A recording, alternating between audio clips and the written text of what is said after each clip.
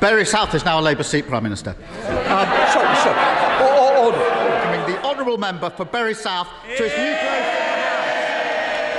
and to the Parliamentary Labour Party. Mr. Speaker, like so many people up and down the country, he has concluded that the Prime Minister and the Conservative Party have shown themselves incapable of offering the leadership and government this country deserves, whereas the Labour Party stands ready to provide an alternative government that the country can be proud of. He and anyone else who wants to build a new Britain built on decency, security, prosperity and respect is welcome in my Labour Party. Every week, the Prime Minister offers absurd and frankly unbelievable defences to the Downing Street parties, and each week it unravels. I've been elected the chair.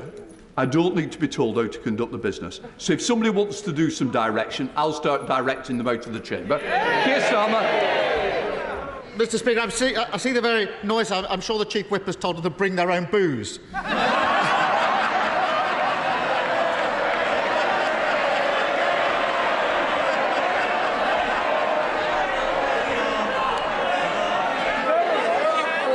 Order. Let's try and get on with questions. It's going to be a long day if not. Keir Starmer. Mr. Speaker, first he said there were no parties. Then the video landed, blowing that defence out the water.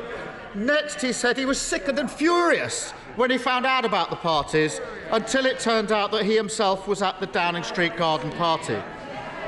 Then last week he said he didn't realise he was at a party, and surprise, surprise, no one believed him. So this week he's got a new defence.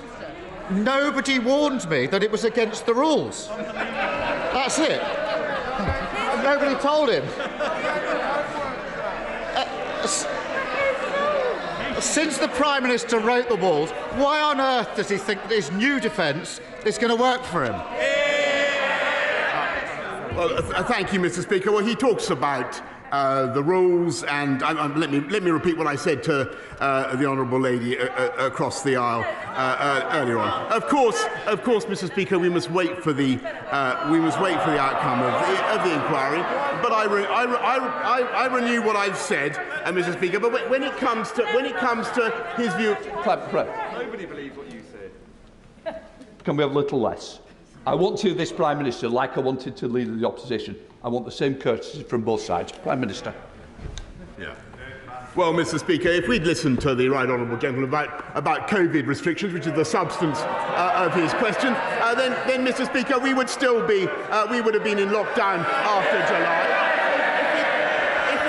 If this is the truth, if we listened to the Labour front bench in the run-up to Christmas and New Year, Mr. Speaker, we would have stayed in restrictions with huge damage to the economy. And it's because of the judgments that I've taken and that we have taken in Downing Street that we now have the fastest growing economy in the G7 and GDP, Mr. Speaker, now back up above pre-pandemic levels. And as for Bury South, Mr. Speaker, as for Bury South, let me say to the right gentleman, Mr. Speaker, by all leave, may I say to the right honourable gentleman that the Conservative Party won Bury South for the first time in generations under this Prime Minister, with an agenda of uniting and levelling up and delivering for the people of Bury South. And, Mr. Speaker, we will win again in Bury South at the next election under this Prime Minister.